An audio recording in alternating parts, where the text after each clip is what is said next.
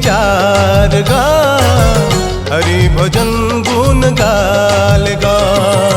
जय श्री राम जय श्री राम जय श्री राम जय श्री राम जय श्री राम राम बोल गा, जिंदगी हवे दिन चार गा, हरि भजन गुण गाल गा।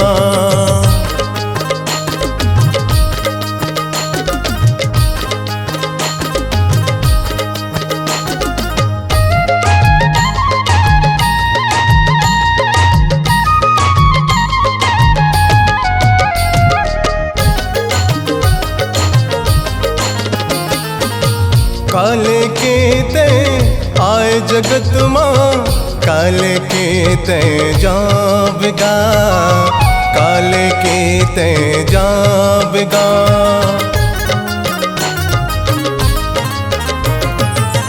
मुट्ठी बांध के आए जगत माँ, हाथ पसारे जावेगा, हाथ पसारे जावेगा। हरि भजन माँ मन तो लगा ले, हरि भजन माँ मन तो लगा ले, तर जाही तोर चो लगा, जिंदगी हवे दिन चार गा, हरि भजन गुण गाल गा।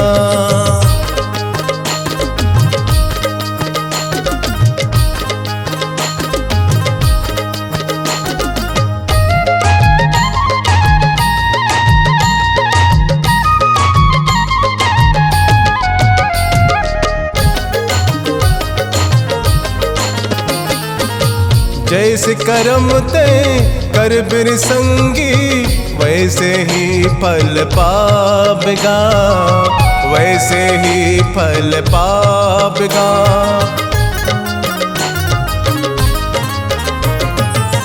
दया धर्म ला कर ले संगी, जिंदगी सवर जाही तोर गा, जिंदगी सवर जाही तोर गा। ये जिंदगी अनमोल है संगी, ये जिंदगी अनमोल है संगी, कर ले जतन ये तन के गा, जिंदगी हवे दिन चार गा, हरि भजन गुण गाल गा। संगी रे